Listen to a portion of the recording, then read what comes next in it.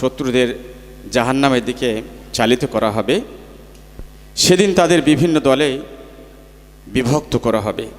হাত্তা ইযা জাউহা শাহিদা আলাইহিম সামউহুম ওয়া আবসারুহুম ওয়া জুলুদুহুম বিমা কানু ইয়ামালুন। পরিশেষে যখন ওরা জাহান্নামের কাছে পৌঁছবে তখন ওদের কান, চোখ, ত্বক তাদের কৃতকর্মের সম্বন্ধে সাক্ষ্য প্রদান করবে। ওয়া ক্বালু লিজুলুদিহিম লিমা শাহিদতুম আলাইনা ওয়া ক্বালু আনতাকানাল্লাহু আল্লাযী আনতাকা কুল্লা শাইইন ওয়া হুয়া খালাকাকুম আউওয়ালা মাররাতিন ওয়া ইলাইহি তুরজাউন। আমাদের এই অঙ্গ প্রত্যঙ্গগুলোই,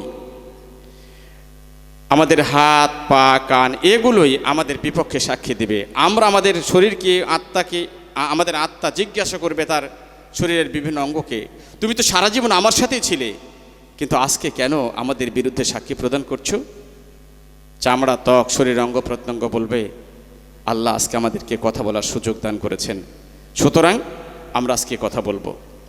সেই দিন বাঁচার জন্য আমাদের অঙ্গ প্রত্যঙ্গগুলোকে যেন অবশ্যই জালিম হিসেবে মাজলুমের উপরে পতিত না করি, এই আশাবাদ আমরা ব্যক্ত রাখতে পারি না? পারি তো? আল্লাহ আমাদের সকলকে তৌফিক দান করুন, আমিন। এখন আপনাদের সামনে আলোচনা নিয়ে আসছেন আন্তর্জাতিক খ্যাতিসম্পন্ন মুফাসসির কেরাম, আজকের এই প্রোগ্রামের সম্মানিত মধ্যমণি হযরত মাওলানা সাদিকুর রহমান আজহারি। আন্তর্জাতিক খ্যাতিসম্পন্ন মুফাসসির কোরআন মাওলানা সাদিকুর রহমান আজহারি, ঢাকা, কুরআনিক সায়েন্স আল আজহার বিশ্ববিদ্যালয়, মিশর। স্যারকে তার মূল্যবান বক্তব্য রাখার জন্য বিশেষভাবে অনুরোধ করছি। আসসালামু আলাইকুম ওয়া রাহমাতুল্লাহি ওয়া বারাকাতুহু।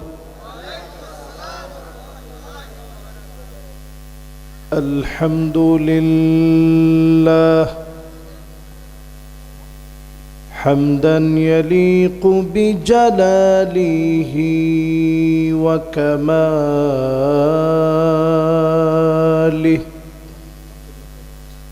সুবহানাহু ওয়া তাআলা লাহুল হামদু ফিল উলা ওয়াল আখিরা ওয়া হুয়া আলা কুল্লি শাইইন কাদির।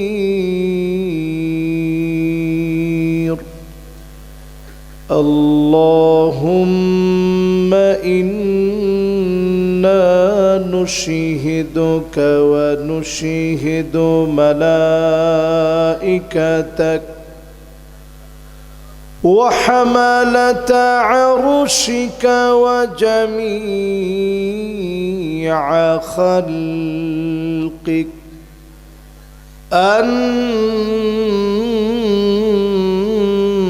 আন্নাকা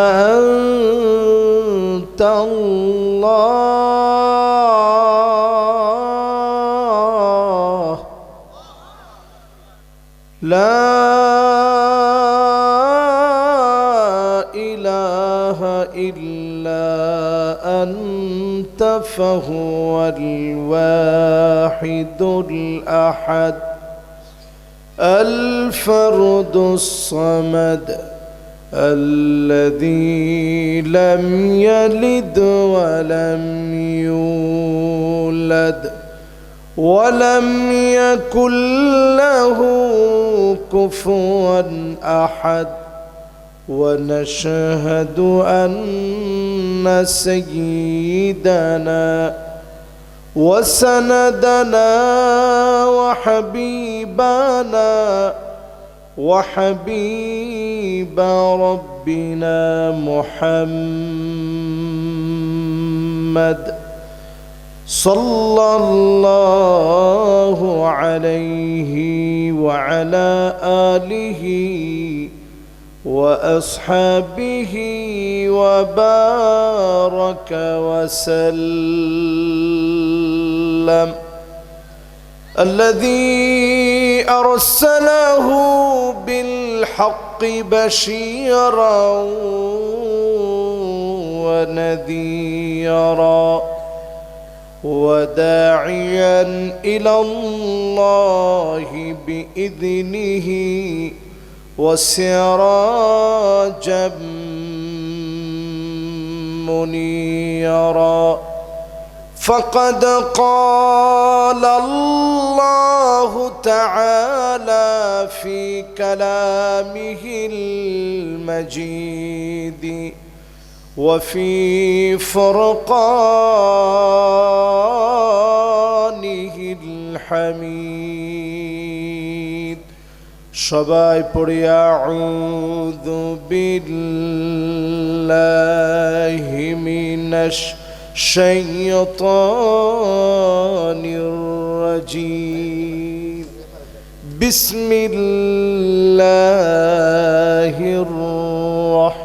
রাহমানির রহিম أولا يرون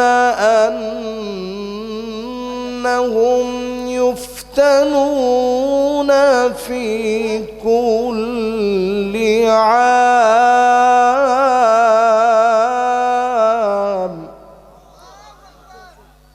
أولا يرون أنهم يفتنون في كل عام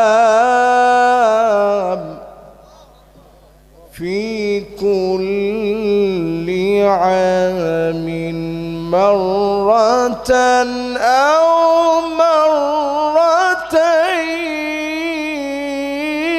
مرتين ثم لا يتوبون ولا هم يذكرون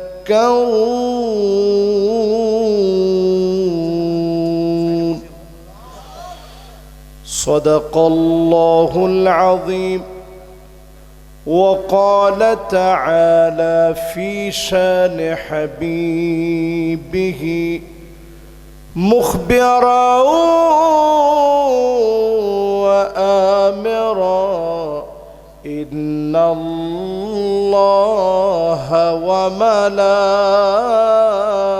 وملائكته يصلون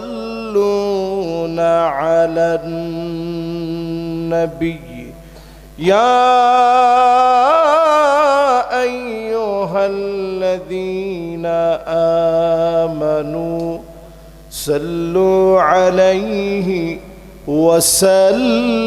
وسلموا تسليما اللهم صل على محمد وعلى آل محمد كما صليت على إبراهيم وعلى آل إبراهيم إنك حميد مجيد اللهم بارك على محمد وعلى آل محمد كما باركت على إبراهيم وعلى آل إبراهيم إنك حميد مجيد মজলিস বাড়ি তরুণ সমাজের উদ্যোগে আয়োজিত দ্বিতীয় বার্ষিক আজকের এই তাফসীরুল কোরআন মাহফিলে আমার প্রাণপ্রিয় মুহতারাম মেহমান চলে আসছেন। কোরআন তেলাওয়াতের সময় এই জন্য আমি তাকবীর দিই নাই, লিল্লাহে তাকবীর। জননন্দিত জননেতা আমার মেহমানরা আসছেন, এই জনপদের জন্য আল্লাহ যেন আমার ভাইদেরকে কবুল আর মঞ্জুর করেন, পড়েন আমিন। অত্যন্ত একটা উর্বর মাটি, আমি এখানে এসেই টের পেয়েছি এখানে খুব বেশি লম্বা ওয়াজ করা লাগে না। আলহামদুলিল্লাহ, মেহমান আপনারা যাদেরকে রেখেছেন সবাই আমাদের অত্যন্ত শ্রদ্ধাভাজন, ইসলামী আন্দোলনের জন্য নিবেদিত প্রাণ, প্রাণ পুরুষ, যতজন মেহমানকে আপনারা মেহমান হিসাবে দাওয়াত করেছেন, অধ্যাপক আবুল কালাম আজাদ সাহেব সহ সভাপতি জনাব আবুল কালাম আজাদ সাহেব, মাশাআল্লাহ, এখানেও সুন্দর একটা মিল আছে। আলহামদুলিল্লাহ, আমার ভাইদেরকে আল্লাহ তাআলা এই যে খেদমত এখন চলছে, আমরা তো একটা মাহফিল করি, ওনারা প্রতিদিন 6টা 7টা করে প্রোগ্রাম ডেলি করতেছেন। আল্লাহ যেন এই সময়ে সুস্থতার মতো সবচেয়ে বড় নিয়ামতের একটি, এই নিয়ামত যেন আল্লাহ রাব্বুল আলামিন আমার ভাইদেরকে দান করে দেন, পড়ে না আমিন।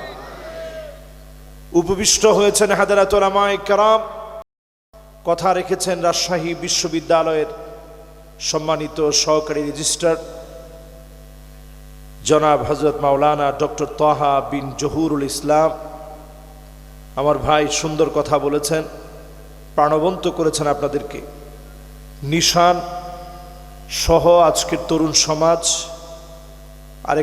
আরেক ছেলের জানেন কি নাম যুবকের, নিশান আর মিনারুল, মাশাআল্লাহ, নামটা আমি ভুলে গেছি। এরা দুইজন এত কষ্ট করছে, ঘন্টার পর ঘন্টা ওয়েট করে আজকের এই মাহফিলে তারা আমাদেরকে নিয়ে আসছে দূর থেকে রিসিভ করে।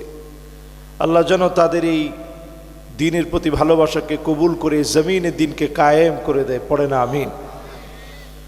উপবিষ্ট হয়েছেন হাদারাত উলামায়ে কেরাম, ফুদালা, কোরামা, আইম্মা, যতজন এই মাহফিলে আসছেন, এসেছেন আমার সম্মানিত মুরব্বিয়ানে কেরাম, নবজাগরণের অগ্রদূত, তারুণ্যের উচ্ছ্বাস, আমার তরুণ প্রজন্মের অহংকার, আমার তরুণেরা।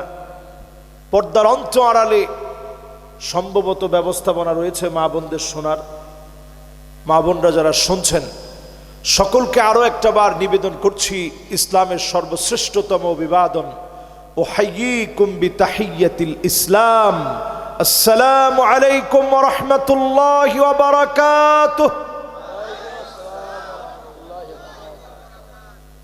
মাশাআল্লাহ, আমরা সালাম নিবেদনের পর মালিকের শুকরগুজারি আদায় করছি।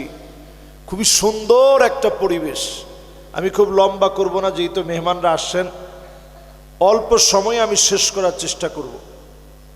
যারা আমার সামনে বসছেন আপনারা সবাই মিলে মালিকের আলিশান দরবারে মোহাব্বতের সাথে একটা বার পড়েন কালিমাতুশ শুকর, আলহামদুলিল্লাহ। আল্লাহ পাকের প্রশংসা আদায় করে দরুদ এবং সালাম পড়ছি সাইয়্যিদুল মুরসালিন, খাতামুন নবিয়্যিন, ইমামুল মুরসালিন ওয়ান নবিয়্যিন, মুহাম্মাদুর রাসূলুল্লাহ সাল্লাল্লাহু আলাইহি ওয়াসাল্লামের উপরে আল্লাহ পাক আমাদের দরুদ এবং সালামকে কবুল আর মঞ্জুর করুক, সকলে পড়েন আমিন। প্রিয় ভাইরা আমার, চলুন আমরা সরাসরি তাফসিরে প্রবেশ করি। যেই আয়াতে কারিমা থেকে আমি আজকে আপনাদেরকে তাফসীর শোনাবো, সূরা তাওবা, অত্যন্ত সুপরিচিত সূরা হিসেবে আল্লাহ রাব্বুল আলামিন মদিনায় রাসূল করিম সাল্লাল্লাহু আলাইহি সাল্লামের উপরে নাজিল করেছেন। এই সূরা আল কারিমার 126 নং আয়াতে কারিমা আমরা তেলাওয়াত করেছি। বিফাদলিল্লাহি তাআলা ওয়া বিতৌফিকিহি, যদি আল্লাহ পাক আমাকে তৌফিক দান করেন, এই একটা আয়াত ঘিরে আজকের মাহফিলে আপনাদেরকে নিয়ে কথা বলবো ইনশাআল্লাহ। পড়ি আল্লাহ রাব্বুল আলামিন ইরশাদ করেন, আওয়ালা ইয়ারাউনা আন্নাহুম ইফতানুনা ফি কুল্লি আমিন মাররাতান আও মাররাতাইন সুম্মা লা ইয়াতুবুনা ওয়ালা হুম ইয়াযযাক্কারুন।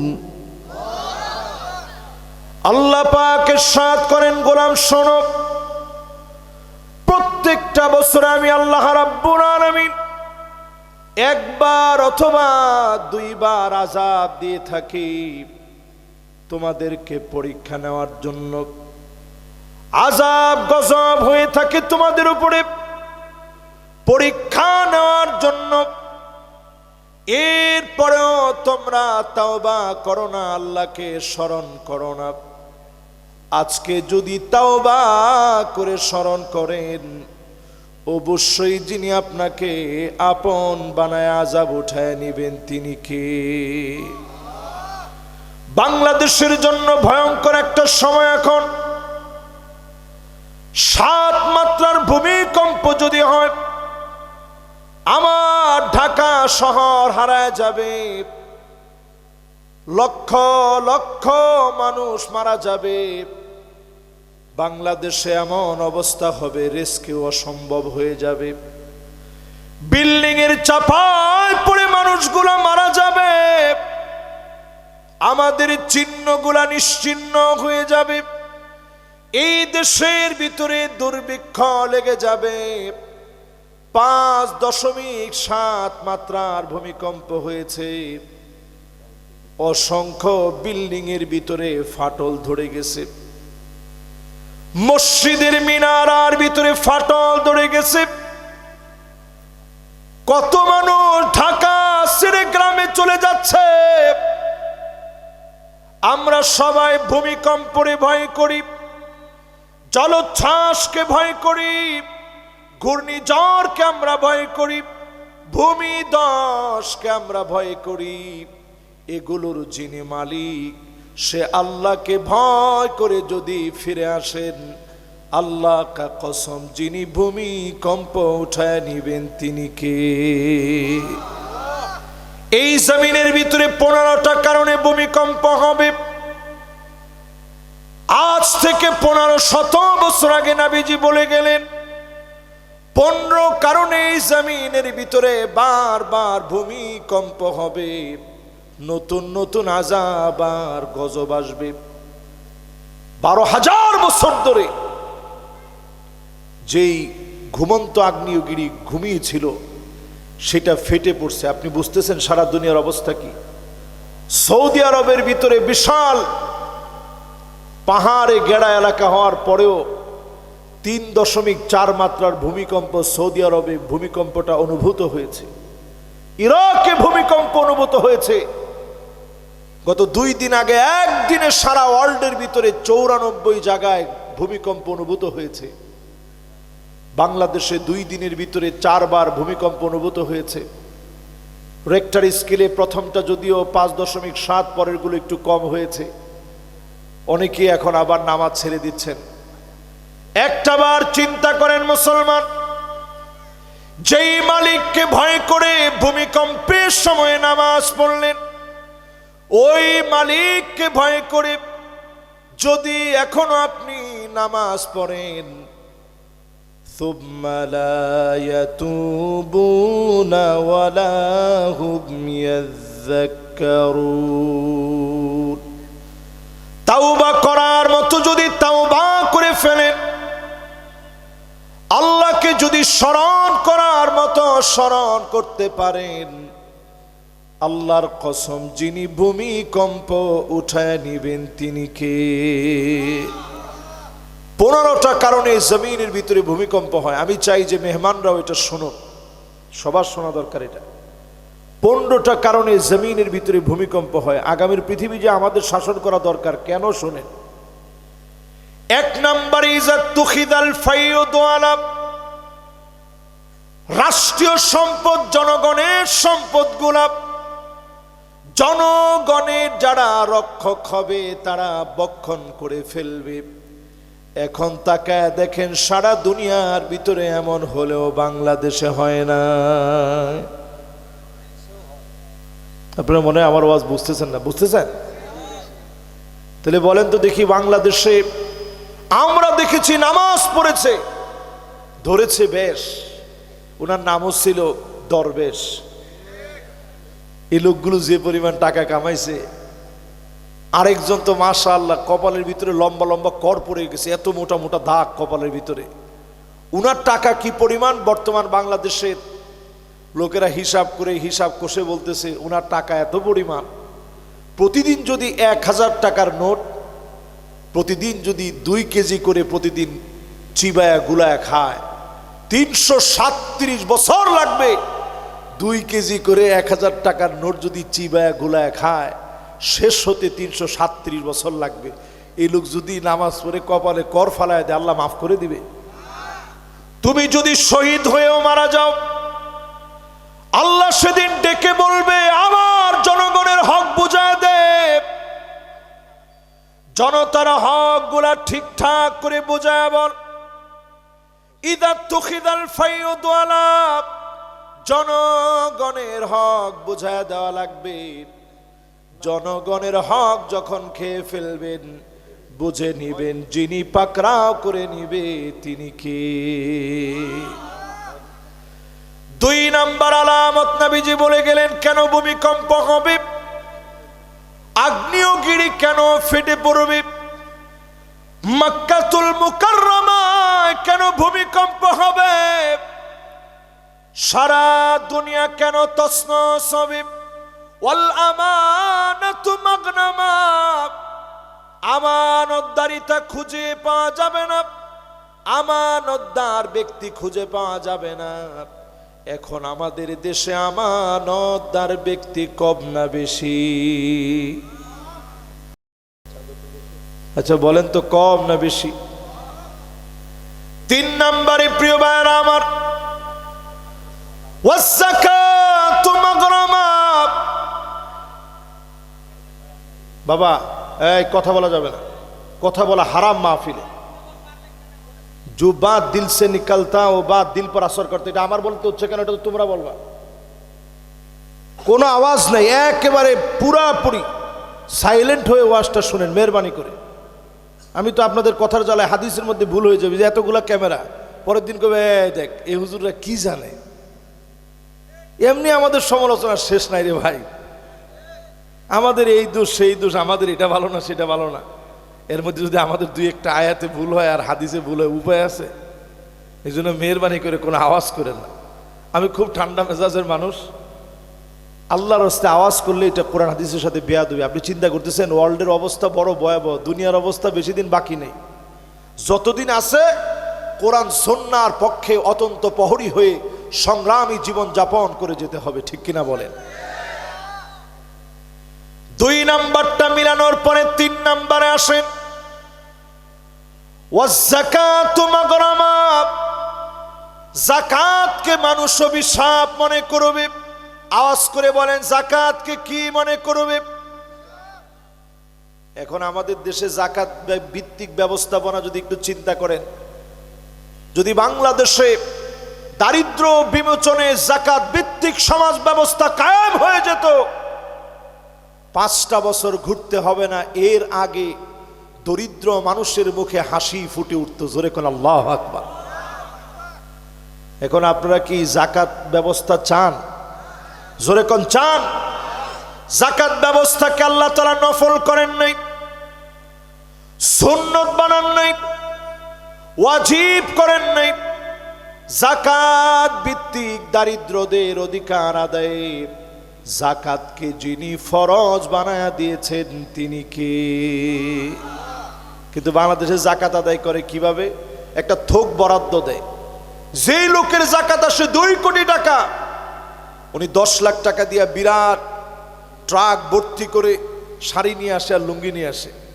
এরপরে মাইকে অ্যানাউন্স করে, দানবীর অমুক আপনাদেরকে যাকাতের শাড়ি আর লুঙ্গি দিবে। ওনার বাড়ির গেটে, ওই বাড়ির গেটে যাকাতের শাড়ি আর লুঙ্গি আনতে গিয়ে মানুষ পদপিষ্ট হয়ে মারা যায়। আল্লাহ কা কসম, এই যাকাতের একটা পয়সাও আল্লাহর কাছে কবুল হবে না, ঠিক কিনা বলে? যাকাত আপনার উপরে ফরজ হয়েছে 2 কোটি টাকা, আপনার কোনো গণনা নাই, কিচ্ছু নাই, লিখিত কোনো কিচ্ছু নাই, ডকুমেন্ট ছাড়া আপনি ধরেন 4 কোটি টাকা দান করে দিলেন, আপনার যাকাত আদায় হয় নাই। যাকাত লিখে লিখে পাই টু পাই আদায় করতে হয়। যদি বেশি করেন ভালো, তবে কম করার কোনো সুযোগ। সেদিন আল্লাহ জাহান্নামকে টেনে আনবেন। ইয়াউমা ইউহমা আলাইহা ফি নারি জাহান্নাম। জাহান্নামকে সেদিন আল্লাহ টেনে নিয়ে আসবেন, বান্দার সামনে সেদিন হাজির করবেন। সেই ব্যক্তিকে সেদিন দাঁড় করানো হবে যার উপরে যাকাত ফরজ হয়েছিল। চেহারার ভিতরে সম্পদগুলাকে আগুন দিয়ে লাল বানায়া সেকা দেওয়া হবে, আর বলা হবে হাদা মা কানাস্তুম লিআনফুসিকুম, এগুলো তোর সম্পদ যা জনগণকে ঠকিয়ে তুই রেখে দিয়েছিলি। জনগণকে ঠকায় যদি রেখে দেন, আপনি জেনে রাখেন অবশ্যই মালিকের আদালতে জবাব দেওয়া লাগবে। ঠিক কিনা বলে? তাহলে বলেন, বাংলাদেশের অর্থনীতিকে যদি চাঙ্গা করতে হয়, যাকাত ভিত্তিক সমাজ কায়েম করা লাগবে। যাকাত ভিত্তিক সমাজ যদি কায়েম করা হয়, তাহলে এই জমিনে কোরআনের আইনকে ইস্টাবলিশ করলেই যাকাত ভিত্তিক সমাজ কায়েম হবে। ঠিক কিনা বলেন? আমার ভাইয়েরা, এবার গেল 3 নাম্বার। যাকাত না দিলে জমিনে ভূমিকম্প হবে, আযাব আসবে। 4 নম্বরে নবীজি বলেন, হাদিসের ভিতরে নবীজি ইরশাদ করেন, ওয়া তুউল্লিমা লিগাইরিদ্দিন, মানুষ আলেম হবে, দিন শিখবে, অনেক বড় নিজেকে জ্ঞানী বানাবে, ডক্টরেট ডিগ্রি নেবে, অনেক বড় সার্টিফিকেট অর্জন করবে, শুধুমাত্র কেবলমাত্র নিজের আলেম বলবে টাকা কামানোর জন্য। খতিব বলবে, মুফাসসির বলবে, এই জন্য ছেলেদেরকে আলেম বানাবে। আমার পরিষ্কার খেয়াল আছে, এনটিভিতে তখন আমি ছোটবেলায় একটা প্রোগ্রাম হতো, কোরআন শিক্ষার আসর, ভাইদেরও মনে থাকার কথা। সেই কোরআন শিক্ষার আসরে ছোটবেলায় যখন আমি যেতাম, তখন আমি এরকম বাচ্চা মানুষ আর কি, ক্লাস 7-এ পড়ি। সেই সময় যখন যেতাম, তখন আল্লামা দিলওয়ার হোসেন সাইদি রহমতুল্লাহ আলাই, তিনি তখন প্রশ্ন উত্তর দিতে যেতেন। আবুল কালাম আজাদ সাহেব, উনি হুজুরের সাথে এই প্রোগ্রামটা করতেন। হ্যাঁ, খুলনার মাওলানা আবুল কালাম আজাদ সাহেব, আল্লাহ আকবার, কি চমৎকার কথা ছিল। তো উনি হুজুর যখন এরকম হুজুরে দেখলাম, তখন আমার বয়স ধরেন ক্লাস 7-এ পড়ি, বয়স আর কত, অল্প স্বল্প বয়স। আমি দৌড়াই গেছি, মাথাটা খুলে দিয়ে বলছি, হুজুর একটু দোয়া করে দেন, আমি যেন আপনার মতো হইতে পারি। তো হুজুর সাথে সাথে বললেন, না, আমার মতো হওয়া দরকার নাই, আল্লাহ তোমারে মুখলেস একজন দাঈ বানায়। আমি সেই দিন এই কথার মাপ আর ওজন এতটা বুঝি নাই, বুঝার বয়সও তো হয়নি। আমি মনে মনে চিন্তা করলাম, কয় কি, সমস্ত প্রডিউসার ওনার পিছনে পিছনে দৌড়াইতেছে, সব টেলিভিশনের হেড অফ প্রোগ্রাম সহ ওনার পিছনে দৌড়ায়, অথচ উনি বলতেছে যে আমার মতো দরকার নাই, আল্লাহ তাআলা তোমার একজন মুখলেস দাঈ বানায় দেখ। কিরে কয়? আমি চাইছি হুজুরের মতো হইতে, দেখেন বিনয় মানুষকে কোথায় নেয়।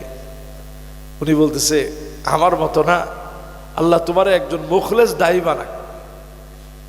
এই হাদিসের অংশ পড়লে বড় মনে পড়ে যায়, ওয়া তুউল্লিমা লিগাইরিদ্দিন, আলেম হবে, লেবাস থাকবে, কিন্তু শুধুমাত্র যদি দুনিয়ার জন্য আলেম হন, বহু আলেমের কারণে দুনিয়ায় ভূমিকম্প হবে।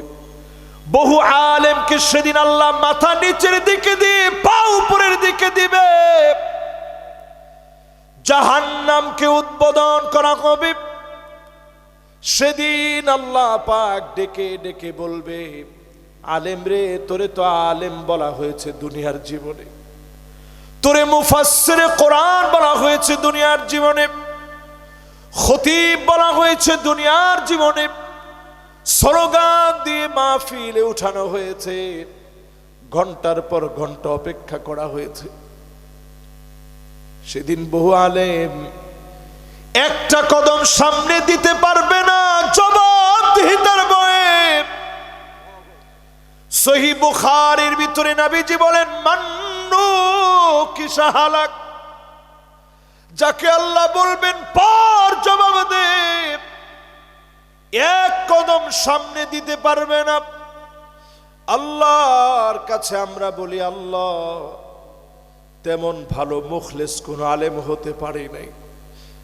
আলিমুন মুস্তামিলুন ইলমাহু, যে আলেম তার ইলম কাজে লাগিয়েছে এমন আলেম হতে পারে নাই। আয় আল্লাহ, দ্বীনের তরে ইসলামের জন্য শহীদ করে নিও। যদি এটুকুন দোয়া কবুল হয়ে যায়, হতে পারে যিনি মাফ করে দিবেন তিনি কে? আমি 15টা বিষয়ের 4র্থ নম্বরে চলে আসছি। এবার 5ম নাম্বারটা শুনেন।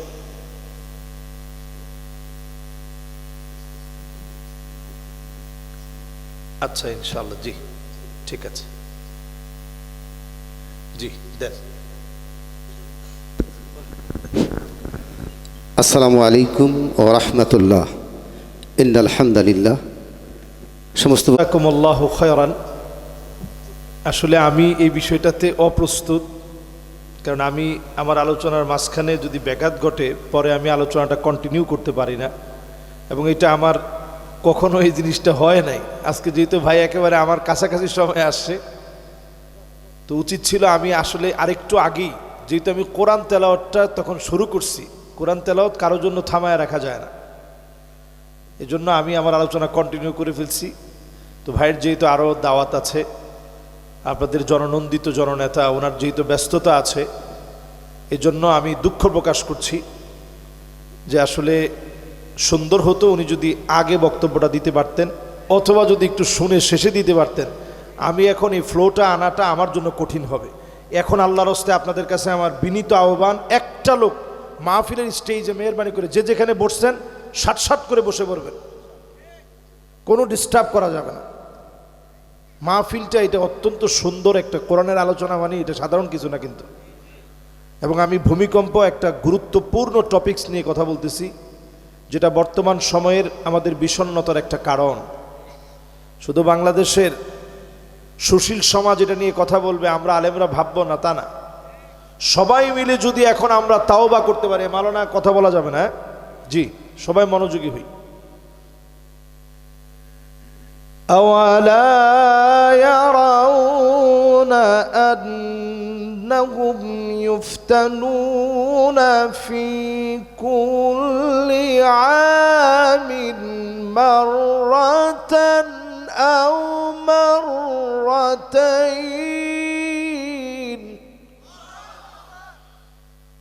ثم لا يتوبون ولا هم يذكرون।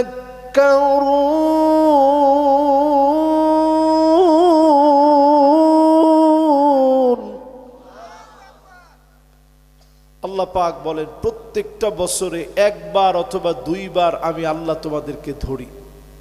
বলেন কয়বার? একবার অথবা দুইবার। 2025-এ আল্লাহ তাআলা অনেকবার ধরছেন। 2025টা আসলে কেমন যেন অনেক ভয়াবহ, কারণ আমরা এই ফাঁকে ফাঁকে অনেক ভুল করে ফেলতেছি। এই ফাঁকে ফাঁকের ভুলগুলার কারণে আল্লাহ তাআলা অনেকবার ধরছেন আমাদেরকে। 5 নম্বরে প্রিয় ভাইরা আমার, আল্লাহর হাবিব বলেন, এমন সময় আসবে আতাআর রাজুলু ইমরাতাহু, স্ত্রীর কথা মতো স্বামী চলবে, স্ত্রীর কথাতে স্বামী উঠবে বসবে, কথা মতো চলবে। সারা বাংলাদেশে চললেও এলাকার নাম কি?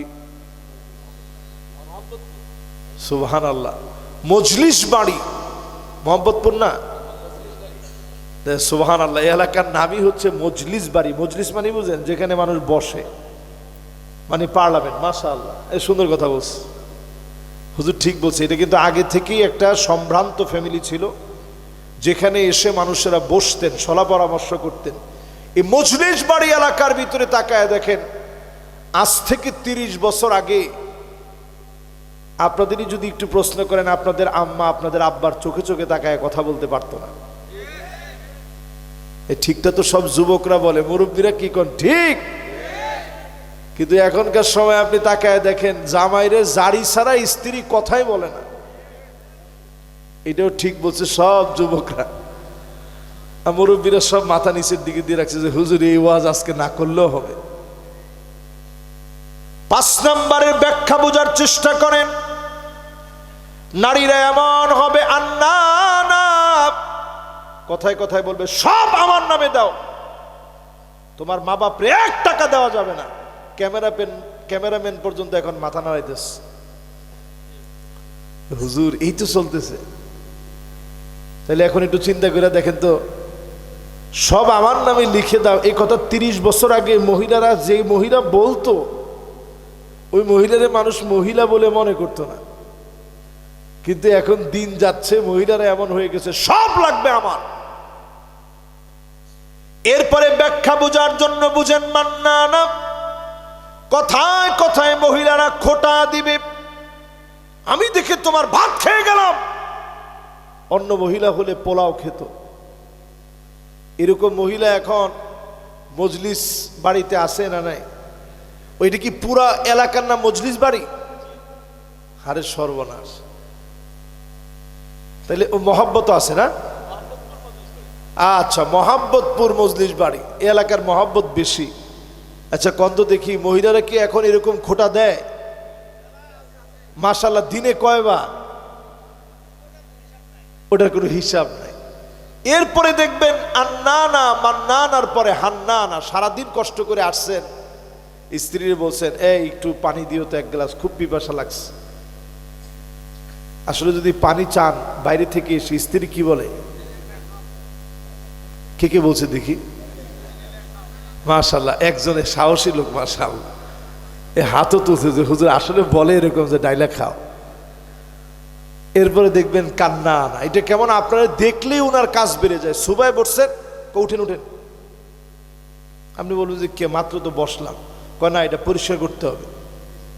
এখান থেকে গেছেন খাটের মধ্যে একটু কাইলুলা করতেছেন, উঠেন বিছানা টান দিতে হবে। তা আপনি চিন্তা করছেন যে আল্লাহ, বাইরে ছিলাম এই এক ভালো ছিলাম। এরপরে দেখবেন হাদ্দাকা,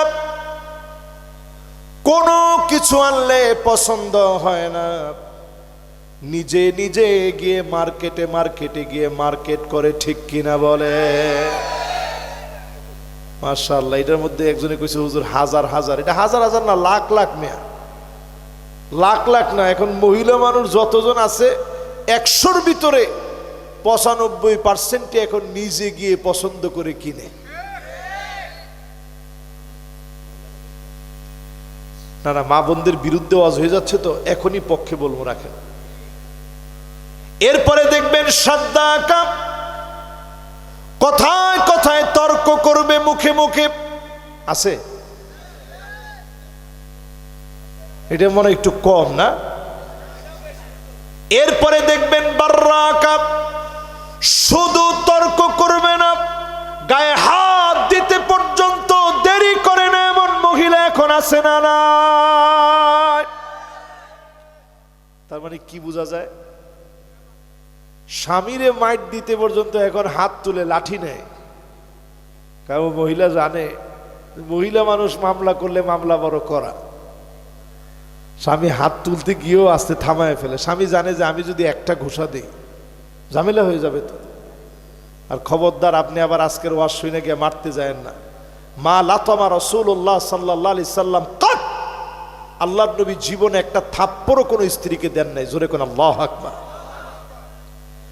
প্রিয় ভাইয়েরা আমার, এর জন্য আমি দায়ী, এর জন্য আপনি দায়ী। যতজন মাহফিলে বসছেন, ঘরে গিয়ে নিজে নিজে স্ত্রীর কাজটা সহজ করে দিবেন, ঘরটা ঝাড়ু দিবেন।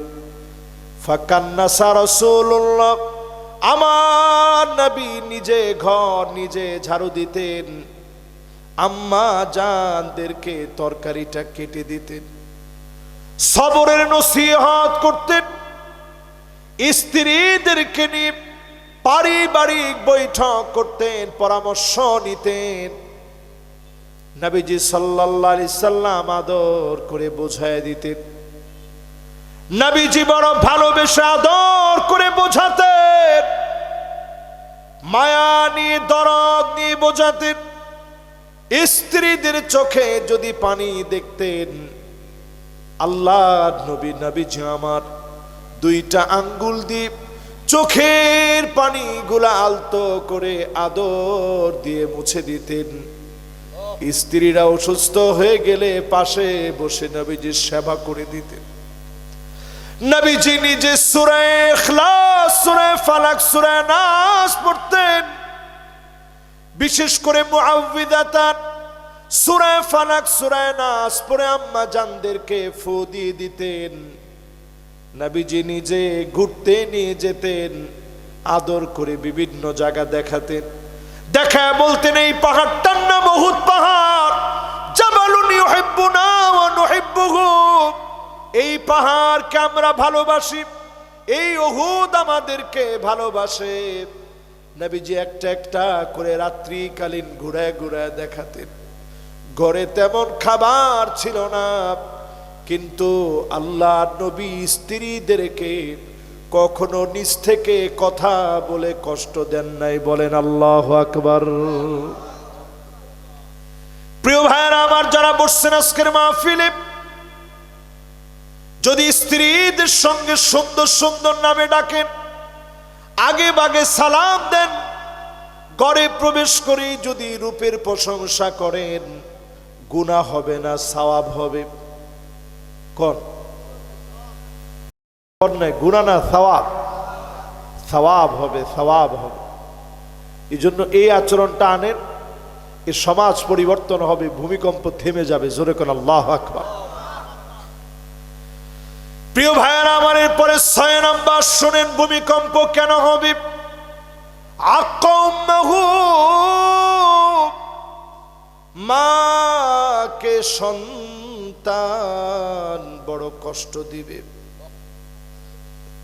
মায়ের সঙ্গে সন্তান দাঁড়ায় দাঁড়ায় বেয়াদবি করবে, মুখে মুখে তর্ক করবে। আজকের এই চেয়ারে আমি বসছি, আমি মনে করি কোনো জ্ঞানের জোরে, শক্তির জোরে, কণ্ঠের জোরে বসতে পারি নাই। আমি প্রত্যেকটা দিন এখনো বের হওয়ার সময় মায়ের কাছে দোয়া চাই। মিশর যাওয়ার আগ থেকে দোয়া, যত পরীক্ষা দিয়েছি মায়ের কাছ থেকে দোয়া নিয়েছি। একবার দরজা থেকে বের হয়ে গেছি, আবার ভিতরে ঢুকে বলছি মা আমার জন্য দোয়া করেন। আবার বের হয়ে গেছি, আবার দৌড়ে পাগলের মতো গেছি, মা আমার জন্য দোয়া করবেন। আমার মা প্রায় সময় আমারে ডাক দিয়ে বলতো, পাগল রে, তোর জন্য দোয়া করব না, দোয়া করব কার জন্য? যখন মিশর চলে গেলাম, কলিজাটা আমার ফেটে যাচ্ছিল। মা আমার অনেক দূরে, কেমন করে বলবো মা দোয়া করবে? ফোন দিয়ে মায়ের কাছে দোয়া চেয়েছি, কিন্তু আমার মন ভরে না। মাকে বারবার সামনে গিয়ে বলতে পারি না মা আমার জন্য দোয়া করবে। এই মায়ের দোয়া যদি আপনি না নেন, যুবক, রক্ত টকবক করে, বয়সটা তোমার যৌবনের বয়স, মাকে ধাক্কা মেরেছ, মাকে কষ্ট দিয়ে ফেলেছ, পায়ে ধরে মায়ের কাছ থেকে ক্ষমা চেয়ে নাও। মা যদি খুশি না হয়, অনেক বড় ডিগ্রি তোমার হবে। জীবনের কোনো না কোনো জায়গায় তুমি ধরা খেয়ে যাবা, জীবনের কোনো না কোনো জায়গায় তুমি থমকে যাবা, তুমি আটকে যাবা, তোমার পথ রুদ্ধ হয়ে যাবে।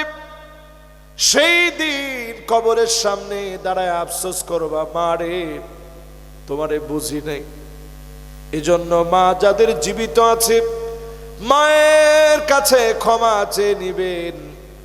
আপনি দেখবেন নামাজের যায় নামাজে বসে মা চোখের পানি ছেড়ে দিয়ে বলবে, আল্লাহ আমার ছেলের উপরে আমার কোনো রাগ নাই, কোনো গোসা নাই। আয় আল্লাহ আমার ছেলের আপনি কবুল করেন। মা যদি খুশি হয়ে যায়, যিনি খুশি হয়ে যাবেন তিনি কে? বলেন কয় নাম্বারে আছি আমরা? 6 নাম্বারের পরে 7 নাম্বার শুনেন। আদনা সাদিকহু বন্ধুরে বড় আপন মনে করবে। বন্ধুরে কি মনে করবে? এখন আমাদের সমাজের ভিতরে দেখেন, মা বাবার ইজ্জত মানুষ ভুলে যায় শুধু বন্ধুদের ফান্দে পড়ে। বন্ধুরা যখন বলে আয় নেশা করা লাগবে, সিগারেট খাওয়া মানুষ শিখে বন্ধুদের পাল্লায় পড়ে। আজকের এই মাহফিল থেকে পরিষ্কার ভাবে বলি, ও যুবক, তোমার বন্ধু যেন ওই বন্ধু তোমার বন্ধু হয় যে তোমার সিগারেট খেতে নিয়ে যাবে, সে তোমার বন্ধু নয়। তোমার বন্ধু হবে যে তোমাকে নামাজের দিকে নিয়ে যাবে, যে তোমাকে ইসলামী সাহিত্য পড়াবে, যে তোমাকে প্রতিদিন কোরআন অধ্যয়নের কথা বলবে, হাদিস অধ্যয়নের কথা বলবে, দিন কায়েমের জন্য সময় দেওয়ার কথা বলবে, তোমাকে বলবে প্রতিদিন ভালো ভালো মানুষের সাথে তুমি মেশো, কথা বলো, নামাজের দিকে আসো। রাত্রিকালীন সময়ে ঘুমানোর সময় একটু চিন্তা করে ঘুমাও যে আজকে আমার কতগুলো গুনাহ হয়েছে, আল্লাহ আমি কেমনে আপনার সামনে দাঁড়াবো। এটাকে বলে আত্মসমালোচনা, এটাকে আরবিতে বলে মহাসাবা। এই মহাসাবা করে যদি তুমি ঘুমায় যাও, ওই দিন যদি শেষ ঘুম হয়ে যায়, জেনে রাখেন নিশ্চিত করে হতে পারে ওই দিনটা শেষ ঘুম হয়ে গেছে। আপনি তাওবা করতে করতে ঘুমায় গেলেন, আত্মসমালোচনা করে ঘুমালেন। ইদা সাররাতকা হাসানাতুক ওয়া সাআতকা সাইয়্যাতুক ফান্তা মুমিন। ভালো কাজগুলো আপনাকে আনন্দ দিয়েছে, মন্দ কাজের জন্য অনুতপ্ত হয়েছে, আল্লাহর হাবিব বলেন তুমি মুমিন। ইমানের উপরে যদি আত্মসমালোচনা করতে করতে ঘুমায় যেতে পারেন, ওই দিন যদি শেষ ঘুম হয়ে যায়, আন্নাউমু আখুল মাউত, মৃত্যুর ভাইয়ের নাম হলো ঘুম। ওই দিন যদি শেষ ঘুম হয়ে যায়, যিনি আপনারে মাফ করে জান্নাতি বানায় দিবেন তিনি কে? ভাইরা আমার, কত নাম্বার বলতেছিলাম? খেলা আছে মাশাআল্লাহ, আমি অর্ধেক বলে ফেলছি। এবার 8 নাম্বারটা শুনে মনোযোগ আছে সবার। 8 নাম্বারে প্রিয় ভাইরা আমার, আকসাবাহু, বাপরে বড় পর বানাবে। আহ, কত যুবক এখন বাপেরে বলে আরে তুমি কি বুঝবা। আপনি যেটা বললেন, বাপ মনে কষ্ট নেয় না, কিন্তু বাপের মনে বড় আফসোস লাগে, যাহারে আমার এই ছেলের জন্য হাতের মধ্যে কর পড়ে গেছে, তারে শিক্ষিত বানাইলাম, সে শিক্ষিত হয়েছে বলে আমি পড়াশোনা করি নাই। আমি বাপেরে দমক দিয়া কই আমি কি বুঝি। আহারে বাপরে, আমি এদূর বুঝতে গিয়ে তোর জন্য সব শেষ করে দিস। আমি আমার এই ক্ষুদ্র জীবনে এমনও বাপ দেখছি, রিক্সা চালায় সন্তানকে ঢাকা শহরে পড়াইস।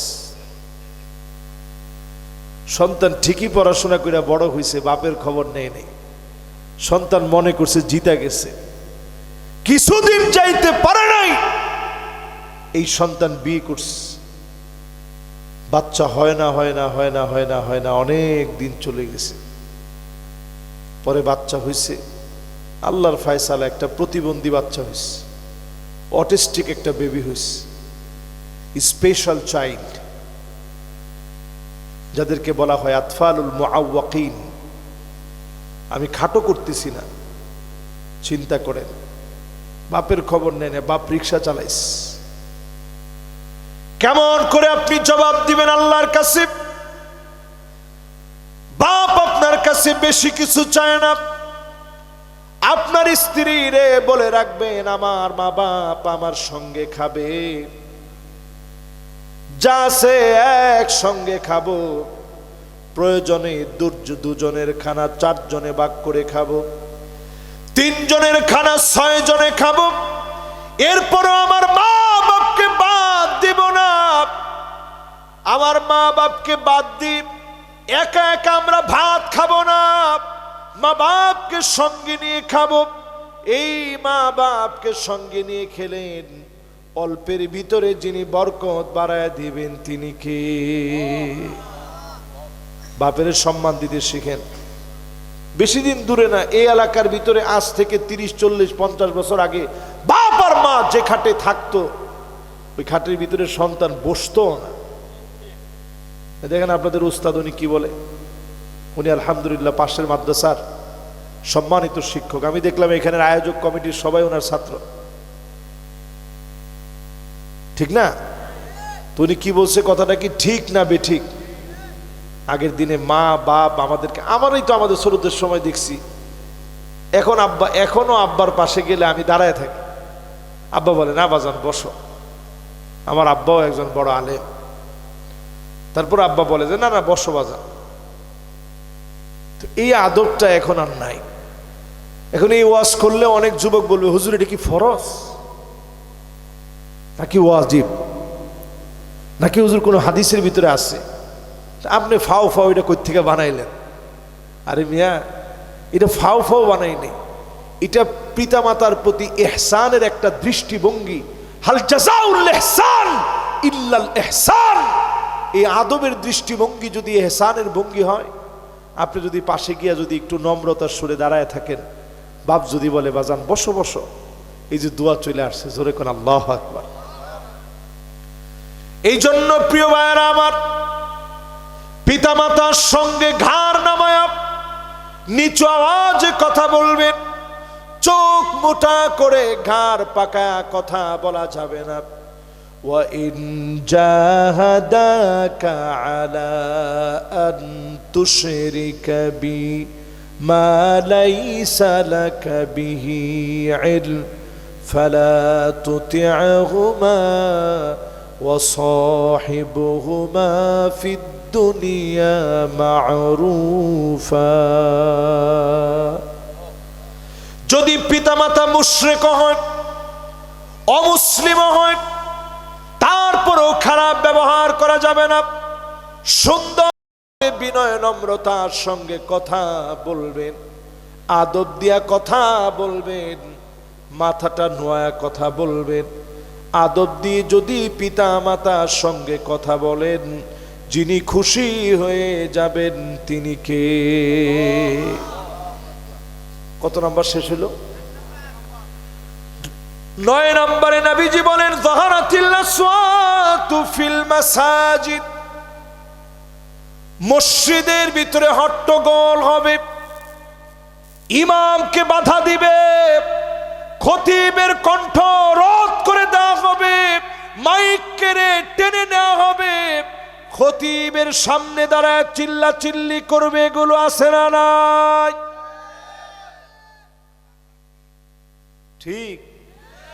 এখানে আরো একটা হাদিস আপনাদেরকে মনে করায় রাখি, আমি কিন্তু কোনো রাজনৈতিক বয়ান দিচ্ছি না, আপনাদের সংশোধনের জন্য। যদ্দুর রাজনীতি কোরআন হাদিস বলছে একটু আমি বাদ দিব না। না না ঠিক তো এখন দুইজনে কয়, বাকিরা কি কয়? তো বাকিরা ঘুমায় যায় না, কিন্তু বাকিরা আছেন। তাহলে এবার আমার সঙ্গে সঙ্গে বলেন, মসজিদের ভিতরে ইমামের সাথে মাতবরি যারা করেন, নামাজ হয়? কি মাতবরি করেন? গে জিজ্ঞাসা করে, হ্যাঁ ইমাম সাহেব বয়স কত? ইমাম সাহেব হুজুর আর কি করবে, বলে যে চাচা আমার বয়স তো 30 বছর, আপনার নাতির সমান। মাশাআল্লাহ ইমাম সাহেব আমার বয়স কিন্তু 70-72 চলে, কিন্তু রুকু সিজদা সব আপনার আগে দিতে পারি, খালি দেই না, মানুষ কি কবে এই জন্য দেই না। কিন্তু আচ্ছা ইমাম সাহেব আপনি এই রুকু সিজদার মধ্যে এত কি বলেন, শেষ হইতেই চায় না, সময়ের কি কোনো দাম নাই? আচ্ছা ইমাম সাহেবরে গিয়া যে আপনি বুদ্ধিটা দিচ্ছেন যে ইমাম সাহেব রুকু সিজদায় বলেন কি, এত সময় লাগে, আহারে। আপনি ইমাম সাহেবরে বুদ্ধিটা দিচ্ছেন, আপনি বের হওয়ার আগে চেহারাটা গাধার মতো হয়ে যেত। শুধু হয় নাই, আল্লাহর নবীর উম্মত দেখে আল্লাহ মাফ করে দিয়েছে। জোরে কোন আল্লাহু আকবার। সহিহ হাদিসের ভিতরে নবীজি বলেন, আমা ইয়াখশাল্লাযী আইয়ারফা রাসাহু ক্বাবলা লিমাম আইয়ুহাউইলাল্লাহু রাসাহু রাসাল হিমার। চেহারাটা গাধার মতো হয়ে যেত, সেজদা থেকে মাথা আগে উঠানোর সঙ্গে সঙ্গে চেহারা গাধার মতো হয়ে যেত। রুকু থেকে আগে বাগে উঠার সঙ্গে সঙ্গে গাধার মতো হয়ে যেত। শুধুমাত্র কেবলমাত্র মালিক মাফ করে দিয়েছে। কেন মাফ করলেন? এই জন্য মাফ করেছে, নবীর উম্মত চেহারা আল্লাহ বিকৃতি ঘটাবে না। নবীর উম্মত বলে আল্লাহ মাফ করে দিয়েছে। না হলে ইমামের সঙ্গে যেই সমস্ত বেয়াদবেরা বেয়াদবি করে, বের হওয়ার সঙ্গে সঙ্গে চেহারা গাদার মতো হয়ে যেত। ঠিক নি? মানুষের দেখা মাত্র দেখ টাকা চেহারাটা দেখছস, এই মাত্র বেয়াদবি করে আইছে নামাজ থেকে। এরকম যদি 5টা লোকের হইতো, ভূমিকম্পের আগেই তো ভূমিকম্প শুরু। কিন্তু আল্লাহ তা করেন নাই। আল্লাহ বড় দয়ালু, বান্দারে আল্লাহ তৎক্ষণাৎ লজ্জা দিতে চায় নাই। আর উম্মতে মুহাম্মদীকে তো আল্লাহ আরো বেশি ভালোবাসে, এই জন্য লজ্জা দেয় নাই। জোরে কোন আল্লাহু আকবার। কয় নম্বরে আছেন ভাই? মাশাআল্লাহ। এই 9 নম্বর পর্যন্ত কি আপনারা কেউ বুঝতে বাকি আছে? আচ্ছা বলেন তো দেখি, একটা লোক দাঁড়ায় বলেন, হুজুর এই যে 9 পর্যন্ত বললেন, অমুক নাম্বারটাই এখনো বাংলাদেশে হয়নি। কোনটা? জনগণের রাষ্ট্রীয় সম্পদ বক্ষণ করে খাবে, জনগণ পাবে না। ঠিকটা দুইজনে একজনে কন। আমানতদার লোক খুঁজে পাওয়া যাবে না। জাকাত দিবে শুধু নাম কাওয়াস্তে, সত্যিকারের জাকাত আদায় হবে না। আলেম হবে শুধুমাত্র দুনিয়া অর্জনের জন্য, আল্লাহর জন্য হবে না। এটাতে ঠিকটা একটু আসতে কেন? এরপরে 5 নম্বরে স্ত্রীর কথায় উঠবে আর বসবে। 6 নম্বরে মায়ের সঙ্গে খারাপ ব্যবহার করবে। 7 নম্বরে বন্ধুর পাল্লায় পরে সব শেষ করে দিবে। 8 নম্বরে বাপরে বড় পর মনে করবে, দূরের মনে করবে, দূর দূর করে বাপরে তাড়ায় দিবে। 9 নম্বরে মসজিদের ভিতরে হট্টগোল শুরু হয়ে যাবে, ইমামকে বাধা দিবে, খতিবকে বাধা দিয়ে কথা বলবে। এই 9টা গেছে। এবার আসেন 10 নম্বরে। নবীজি বলেন,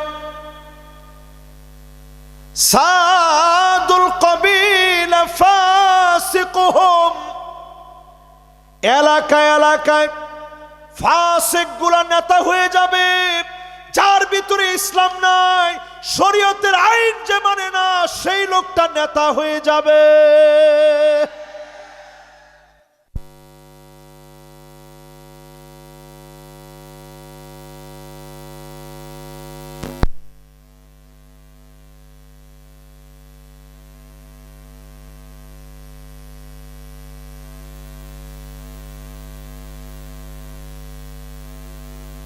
কেউ নাই যে দেখছে যে চুঙ্গায় ওয়াজ হয়েছে, দেখছেন?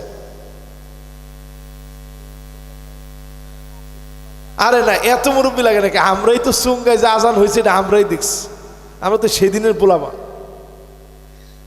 আচ্ছা ওই যে এরকম লম্বা ছিল যে আল্লাহু আকবার আল্লাহু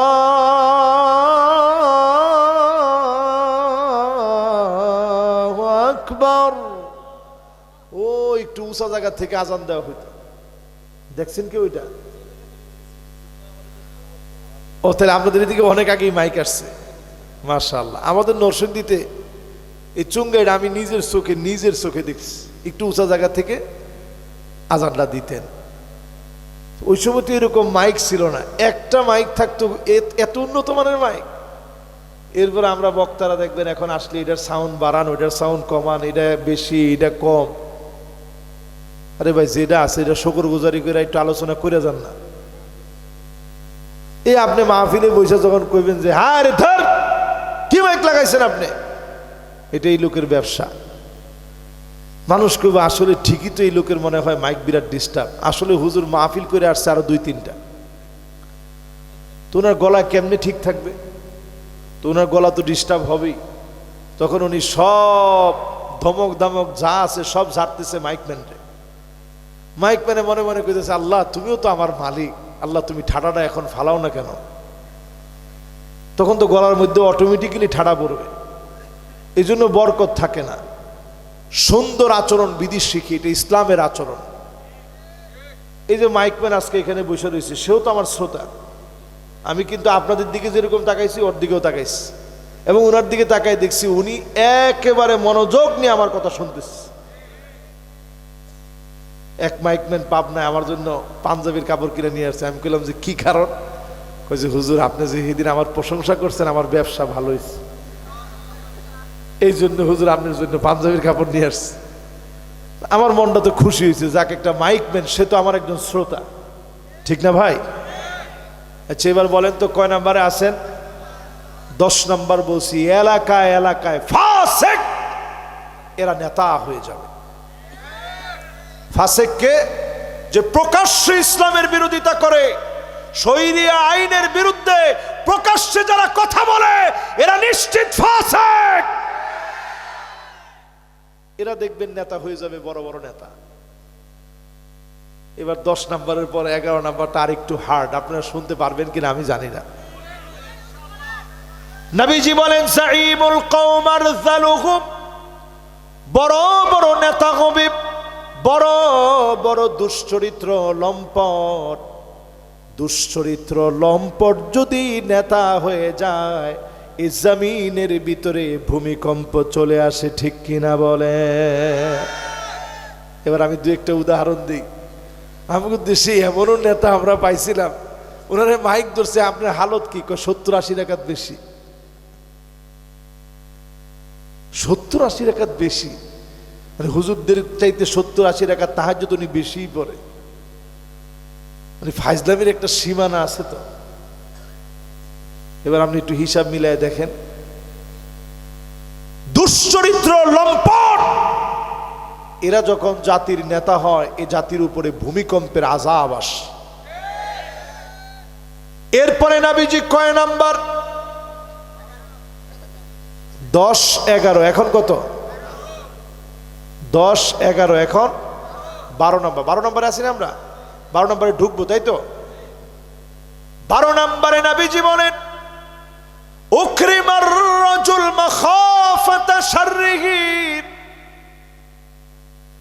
ওই লোক দেখবেন এমন হবে, নেতা এমন হবে, মানুষ নেতারে যখন দেখবে, নেতা আসতেছে, ডান দিকে লোকেরা ডাক দাঁড়ায় থাকবে, বাম দিক দিয়ে নেতা যখন যাবে, ওই মুহূর্তে নেতারে মাত্র কর্মী পালায় যাবে, আর আল্লাহরে বলবে আল্লাহ আজকের মতো যদি এই দুরাচারীর হাত থেকে বাঁচতে পারি 50টা টাকা দান করব।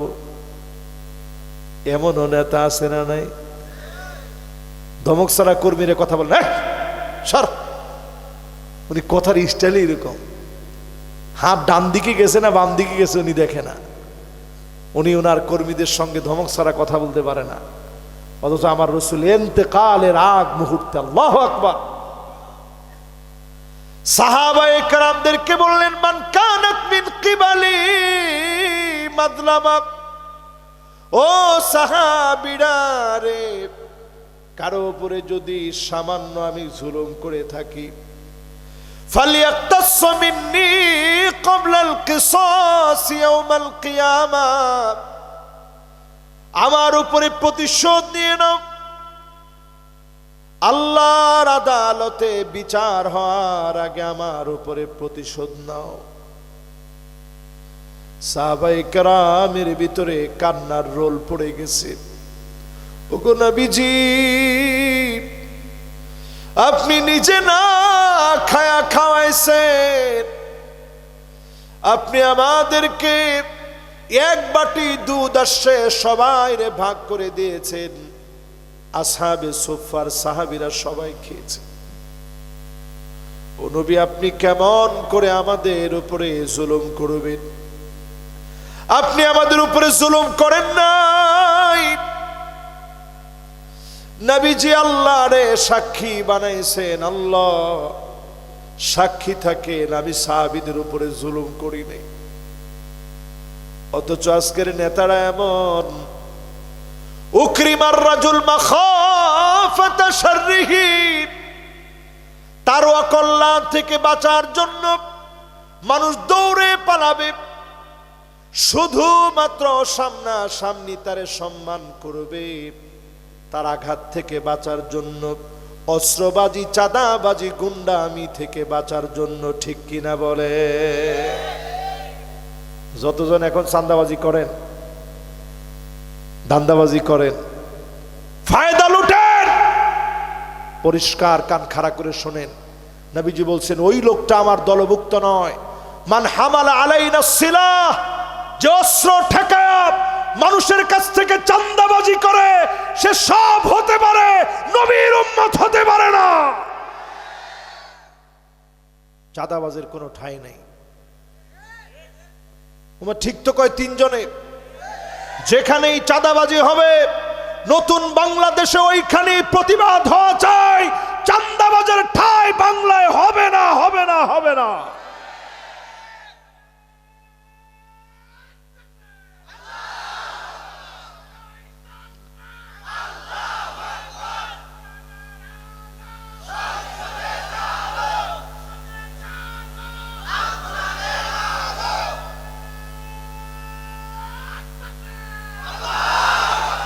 মাশাআল্লাহ, কি সুন্দর তাকবীর দিস। আমাদেরকে আরেকটা বার মনে করাই দিছে 16 বছরে আসলে কিছুই করতে পারেনি। এটা মানুষের তাকবীরই তো কেড়ে নিতে পারেনি। হিম্মত না থাকলে এরকম তাকবীর হয়? এই তাকবীর প্রমাণ করে দেয় জালেমরা আমাদের কিচ্ছু কেড়ে নিতে পারে না, ইমানি হিম্মত বাড়ায় দিয়ে গেছে, ঠিক কিনা বলে? যারা যারা আমার সামনে বসছেন, এই যে একটা একটা করে বলতেছি, বলেন তো কোনোটা মিলে না? এরকম আছে? আজকে এরকম নেতা আছে, নেতারে দেখলে কর্মী পালায় চলে যায়। তাহলে আমার নেতা কেমন হবে? এই আলামতগুলো যদি কোনো নেতার ভিতরে না থাকে, অবজেকশন, ওই নেতা আমার নেতা না। 5টা আলামত লাগবে নেতার ভিতরে। কয়টা? 1 নম্বরে লাগবে নেতার ভিতরে চরিত্র এমন হতে হবে, ইন্নী উহিব্বু ফুলানান ফাহিব্বুহু। কেমন যেন আল্লাহ জিবরিলকে ডেকে বলতেছে, জিবরিল আমি অমুকরে ভালোবেসে ফেলছি, তুমিও ভালোবেসে ফেলো। এই ভালোবাসার আদান প্রদান হয়ে যাবে। জিবরিল আলাইহিস সালাম ভালোবেসে ফেলবে, আকাশে প্রচার হবে, জমিনে প্রচার হবে। মানুষ যখন আপনাকে ভালোবাসবে, আপনি বুঝে নিবেন যিনি আপনাকে ভালোবেসে ফেলেছে তিনি কে। ও নেতারা, মানুষের ভালোবাসা নেন। এটা নেতা হওয়ার আচরণ। মানুষের সঙ্গে মিশেন, মানুষের ভালোবাসা নেন। 2 নম্বরে লাগবে হুব্বু তাআল্লুমিল কুরআন ওয়া সামাইহি ওয়া তাদাব্বুরিহি ওয়া তিলাওয়াতিহি ওয়া তাতবিকিহি। এই কোরআন নেতা নিজে পড়বে, শিখবে, শুনবে, মানার চেষ্টা করবে, এস্টাবলিশড করার চেষ্টা করবে। এমন নেতা কেবল মাত্র আমার নেতা হবে। আর না হলে অলরাউন্ডার হবে, সালাম দিতে গিয়ে বলবে আসসালামু আলাইকুম ওয়া রাহমাতুল্লাহ, বিসমিল্লাহির রহিম, মাঝখানের রহমান বাদ। তো তখন আপনারা চিন্তা করবেন, হায় হায় হায় রে, সারা জীবন করে অলরাউন্ডার করলো কি? বিসমিল্লাহর ভিতরে বিসমিল্লাহির রহমানির রহিমের রহমান বাদ দিয়ে দিছে, এই হচ্ছে অলরাউন্ডার। এই জন্য প্রিয় ভাইয়েরা, যারে তারে নেতা মানতে যায় না। নেতা মানবেন তারে যার ভিতরে কোরআন থাকবে, ঠিক কিনা বলেন? 3 নাম্বার নেতা মানবেন তারে ইত্তিবাউস সুন্নাহ, যার ভিতরে সুন্নত থাকবে তিনি আমার নেতা হবে। চুলের গোড়া থেকে নিয়ে পায়ের তালু পর্যন্ত সুন্নত মানবে, পার্লামেন্টে সুন্নত নিয়ে যাবে, সারা দুনিয়ায় সুন্নতের কথা বলবে, তিনি আমার নেতা হবে। এই কথাগুলা যদি কারো কাছে ভালো না লাগে, আপনি বুঝে নিবেন ঈমান আপনার ভিতরে ঢুকে না। এটা তো আমি কোনো দলের নাম বলিনি, বলছি আপনার নেতা এরকম কিনা আপনি দেখেন, একটু মিলে মিলে দেখেন। এরপরে নেতা হবে এমন আল ইবতিলা, পরীক্ষা আসবে, চড়াই উতরাই পরীক্ষা হবে। আপনার নেতা হবে এমন পরীক্ষার পর পরীক্ষা দিবে, কিন্তু নেতা বাতিলের কাছে মাথা নত করবে না। ঠিক তো কয় না? আমরা আমাদের নেতাদের দিকে যদি দেখি, কারা আমাদের নেতা? ও নেতা বাতিল না, না নেতা বাতিল নামে। কারা আমাদের নেতা? আমাদের নেতা তারা যারা জুলুমের পর জুলুম সয়েছে কিন্তু দেশ ছেড়ে পালায় যায় না। ঠিক নি? ঠিক নি? আর চিন্তা করেন কিরকম পালাইছে গোষ্ঠী সুদ্ধা। না না না, গোষ্ঠী সুদ্ধা পালাইছি তো পালাইছি একেবারে বাইতুল মোকাররমের খতিবটারে নিয়ে। আরে হায়, তো এগুলো কেমনে আপনার নেতা বলেন? মুসলমানের সন্তান আর ধোঁকা খায় না, আর ধোঁকা খেও না। আপনার নেতা সে হবে যার পাসপোর্ট থাকবে, বিদেশ চলে যেতে পারত, সুযোগ আছে, কিন্তু বিদেশ যায় নাই। কারণ জনগণ যেন বুঝতে পারে বাতিলের সামনে দাঁড়ায় জেল জুলুম নির্যাতন যারা সহ্য করে নিয়েছে তারাই এই জাতির নেতা, তারাই এই জাতির নেতা। এখন তো মানুষ সেই প্রতিদান দিচ্ছে, এখন মানুষ সেই বুঝ আর সেই প্রতিদান মালিকের তরফ থেকে আসে। পঞ্চম নম্বরে নেতা চিনবেন কেমনে? আইওয়াফিকাহু বিআমালিন সালিহিন ক্বাবলা মাউতিহি, মৌতের আগে আপনার যে নেতা হবে আল্লাহ কোনো না কোনো তারে ভালো কাজ করাবেন। আপনার নেতার দিনের কাজ করতে গিয়ে শহীদ হবে, ফাঁসির মঞ্চে যাবে, কারাগারে হ্যান্ডকাপ লাগানো অবস্থায় মৌত হবে, ঠোঁটের কোণে জান্নাতি হাসি থাকবে। আপনি বুঝে নিবেন আপনার নেতারে যিনি কবুল করে নিছেন তিনি কে। প্রিয় ভাইয়ের আমার, এই 5টা আলামত বলে কত নম্বরে ছিলাম খেয়াল আছে? 13 নম্বরে। প্রিয় ভাইয়েরা আমার, মনোযোগ দিয়ে শুনেন। যাহারাতিল কায়নাতুল মাআজিফ, এটা একটু খেয়াল দিয়ে শোনেন। বাংলাদেশে এখন এটা শুরু হয়ে গেছে বেশি প্রবল আকারে। নবীজি বলছেন ভূমিকম্প হয় কেন?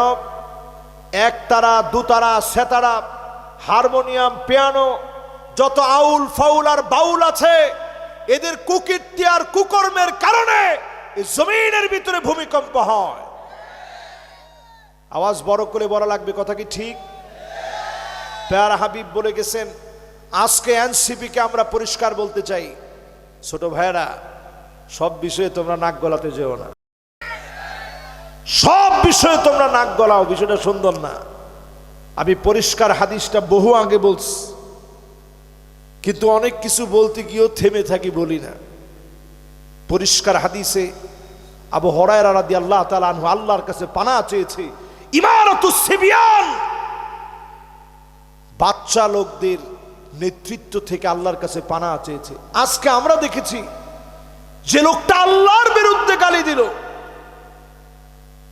আল্লাহর মুখ আর এমন শব্দ বলছে যেটা আমি বলতে পারি না। শুনছেন না আপনি? এই সমস্ত পাগল ছাগলের পক্ষে তোমাদের বলতে হবে। আমি পরিষ্কার বলে, এটা বাংলাদেশের কোন সংস্কৃতি নয়। নেতার চাইতে দল যেমন বড়, দলের চাইতে আদর্শ যেমন বড়, আদর্শের চাইতে রাষ্ট্র যেমন বড়, রাষ্ট্রের চাইতে ইসলাম আমার কাছে কোটি কোটি কোটি গুণ বড়। আমার প্রিয় আল্লামাকে কোরআন নাকি তিনি অপব্যাখ্যা করছেন, এই জন্য ওনাকে প্রথম অ্যারেস্ট করা হয়। আল্লামা দেলোয়ার হোসেন সাইদি রহমতুল্লাহ আলাইকে অ্যারেস্ট করা হয়। কোরআন অপব্যাখ্যা করছে এই দায়ে নাকি প্রথম ওনাকে অ্যারেস্ট করা হয়। অথচ আপনি চিন্তা করেন, সেই সময় এই সমস্ত সুশীল টুশীল এরা কই ছিল? আর আজকে দেখেন যখন বাউল অ্যারেস্ট করছে, আলেম ওলামারা একটু সোচ্চার হয়েছে, তখন সুশীলরা দেখলাম স্লোগান দিতেছে, মেয়ে সামনে আর পিছনে সব কলকিওয়ালা। এক কথায় বলা যায় গাঁজাখোর। এই গাঁজাখোরেরা তারা স্লোগান দিচ্ছে, ওলিয়া উলিয়ার বাংলায় মৌলবাদের ঠাঁই নেই। বাট হাস্যকর কথা, যদি ওলিয়া উলিয়াদের বাংলায় যদি মৌলবাদের ঠাঁই না থাকে, তোর অস্তিত্ব থাকবে না, তোর অস্তিত্ব বিলীন হয়ে যাবে। এখনো তো মায়ের শুরু হয় নাই মিয়া, টুকটাক হয়েছে আর কি। এগুলোর কোনো চরিত্র আছে? ছেলে মেয়ে সব একসাথে ডলাডলি। এই লালনের আস্তানা সহ তাকায় দেখেন, ওইখানে খ্রিস্টান মিশনারিরা অপতৎপরতা চালাইতেছে। আপনারা তো মনে করতেছেন সব ওলিয়া উলিয়া। কিসের ওলিয়া উলিয়া? তারা এরা ভণ্ড, এরা প্রতারক। এদের সঙ্গে ইসলামের কোনো সম্পর্ক, এদের সাথে ইসলামের কোনো সম্পর্ক নেই। কিয়ামতের আগে এই সমস্ত ভূমিকম্প আসবে কেন? এই সমস্ত লোকদের কারণে। আপনি দেখবেন এক ভণ্ড, শুধুমাত্র এক আবুল সরকার না, যত আবুল আছে তার সাথে। ও নাকি মহারাজ। তোর মহারাজ বানাইলো কে? এইরকম যত আবুল টাবুল যেগুলো আছে, বাউল টাউল যেগুলো আছে, সবগুলোর ভিডিও একেবারে বাই ডকুমেন্ট, সবগুলোর ভিডিও এখন ফেসবুকে আপনারা খুঁজে খুঁজে দিবেন, যাতে করে এই জাতি সজাগ হয়ে যায়, নতুন করে যেন যাত্রাপালা আবার মাথা চাড়া দিয়ে উঠতে না পারে। সংস্কৃতির নাম করে আমরা আর তাদেরকে জাগতে দিব না। নতুন করে সে দেখলাম আরেকটা পাগল, কি জানি নাম ওটার নাম কি, আনোয়ার জানি। এটারে এখন অ্যারেস্ট করতে হবে।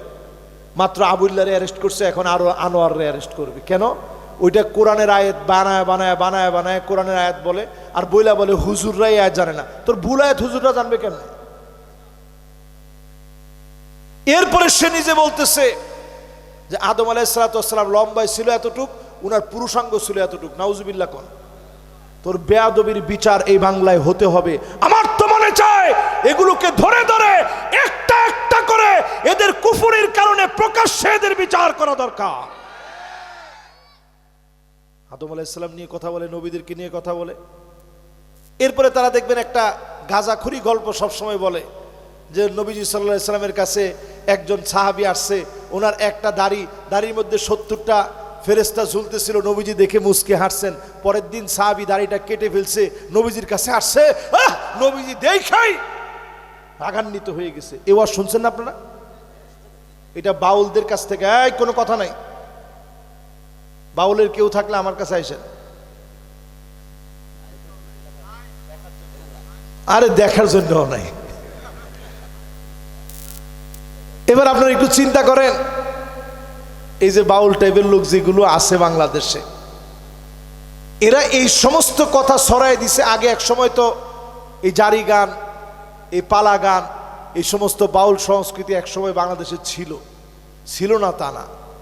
আমাদের প্রিয় আল্লামা এসে এই যে সুর করে তাফসীরটাকে মানুষের কর্ণকহরে পৌঁছায় দিয়েছেন, আল্লামা দেলোয়ার হোসেন সাইদি।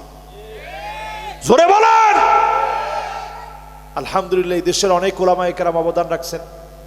শেখুল হাদিস আল্লামা আজিজুল হক রহমতুল্লাহ আলাই, ফজলুল হক আমিনী রহমতুল্লাহ আলাই, চরমনার মরহুম পিসা হুজুর রহমতুল্লাহ আলাই, জুনায়েদ বাবুনগরী রহমতুল্লাহ আলাই, আল্লামা আহমদ শফি রহমতুল্লাহ আলাই সহ সবার এই বাংলায় তাদের অবদানের কারণেই এই ময়দানটা এত সুন্দর সুশোভিত হয়েছে। বাউলদের ময়দানটা আস্তে মৃত হয়ে গেছে, জিন্দা হওয়ার এখন আর কোনো সুযোগ। এরপরে যে কি বাবলি সরকার না কি সরকার টরকার, সব মহিলা টহিলা, এরা দেখবেন নারী পুরুষ সব অবাধে বিচরণ করে। গান একটা গাওয়ার পরে একজন আরেকজনের সঙ্গে কুলাকুলি করে, জায়েজ? আরে ফতোয়া দেয় না, জায়েজ। ভূমিকম্প কি এমনি হয়? ভূমিকম্প এমনি হয় না। ভূমিকম্প আল্লাহ তাআলা রাগান্বিত হয়ে দেন। রাসূল বলছেন জাহারাতিল কাইনাত ওয়াল মাআজিফ, গায়িকার দাম বেড়ে যাবে, নায়িকার দাম বেড়ে যাবে, নর্তকীরা সব দিকে, পাপিষ্টরা সকল দিকগুলা মাড়িয়ে বেড়াবে, সব দিকে তাদের উদ্ধত্তপূর্ণ আচরণ বেড়ে যাবে। বাড়ছে না কমছে? কোন নায়িকা কি করলো, বিয়ে ছাড়া সন্তান কেমনে হইলো, এগুলো পত্রপত্রিকা আস। প্রিয় ভাইয়েরা আমার, আজকে থেকে মাথাটা খাটায় চিন্তা করেন, আমরা বাউলদের বিরোধিতা কেন করি?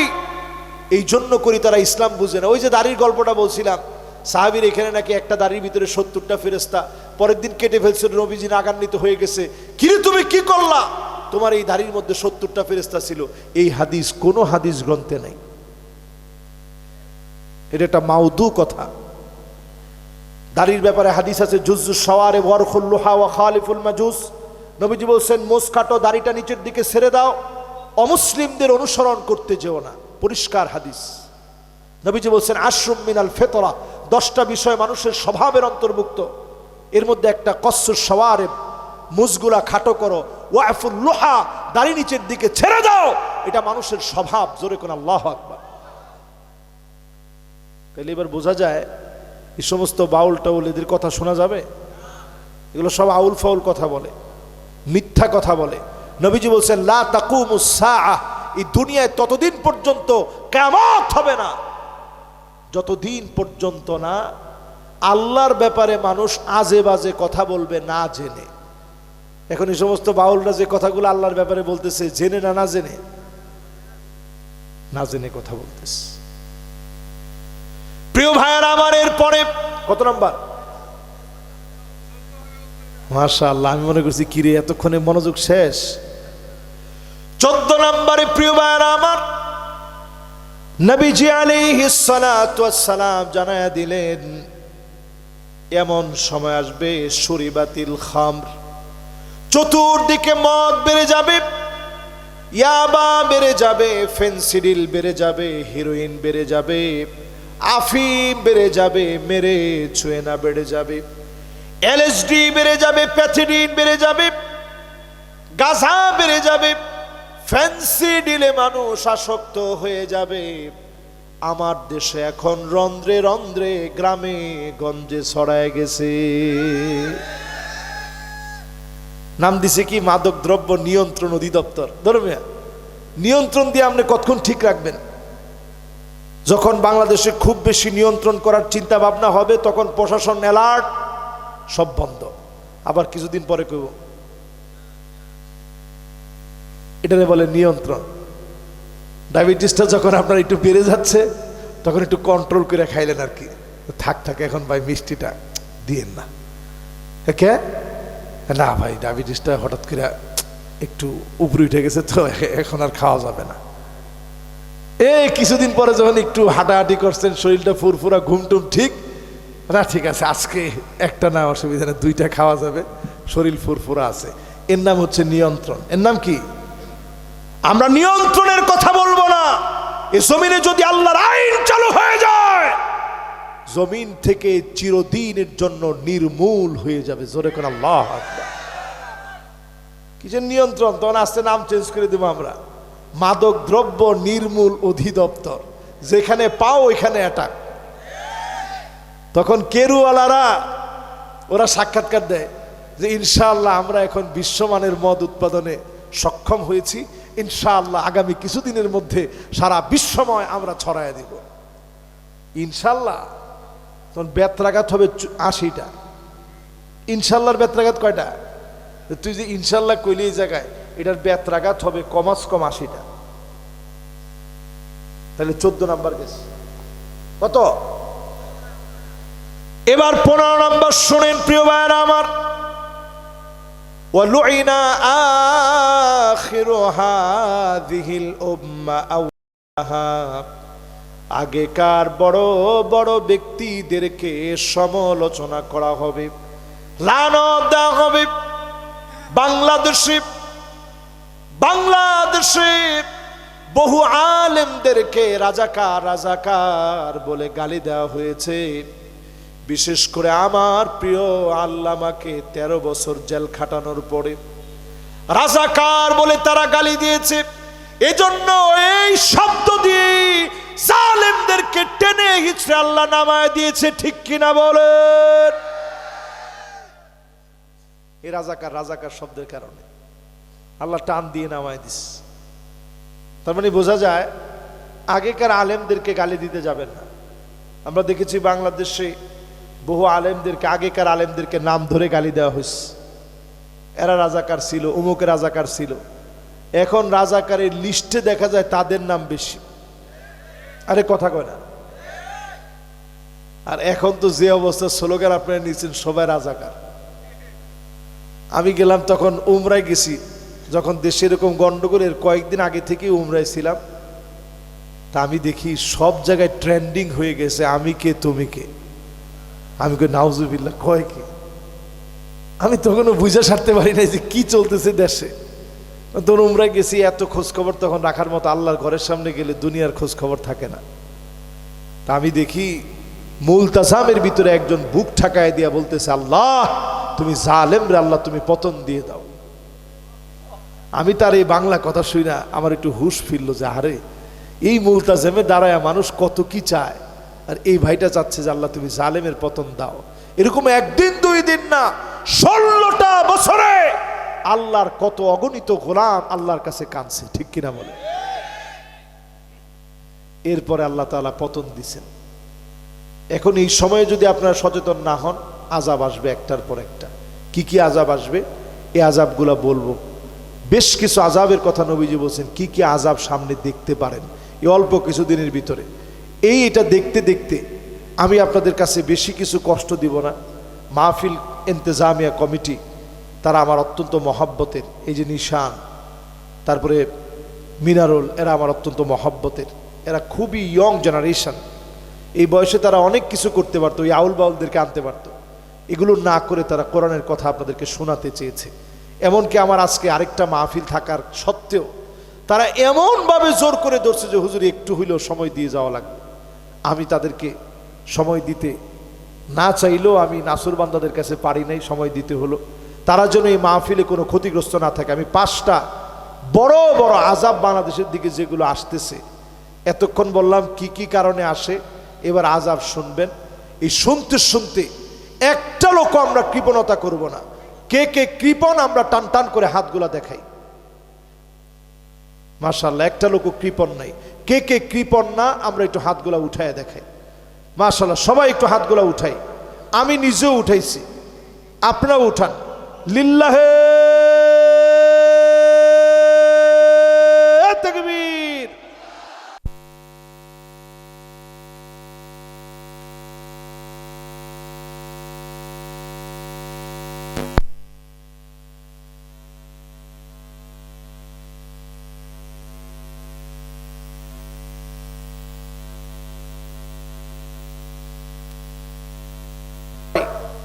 সবাই হাত দেই, সাধ্য অনুযায়ী প্রত্যেকে আমরা দেওয়ার চেষ্টা করি। প্রত্যেকে আমরা দেওয়ার চেষ্টা করি। সবাই হাতে নেই। আর এই হাতে নিতে নিতে শেষ কয়েকটা আযাব শুনি, কি কি আযাব আসবে। মাশাআল্লাহ মাশাআল্লাহ, এই তো প্রবেশদ্বারের যে সমস্ত ভলান্টিয়ার আছেন তারা যাবেন। এবার আপনারা একেবারে নিশ্চুপ হয়ে শুনে ফেলেন। فَلْيَرْتَكِبُوا عِنْدَ ذَلِكَ رِيحًا حَمْرًا। ও মুসলমান, বাতাসের সঙ্গে আগুন আসবে, ফায়ার সার্ভিস দিয়ে এই আগুন নেভানো যাবে না।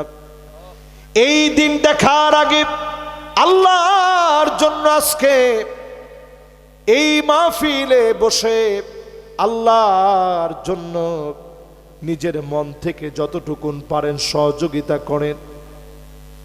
দান সৎকার মাধ্যমে আল্লাহ বিপদ উঠায় আনেন। আগুন আসবে দুনিয়াতে।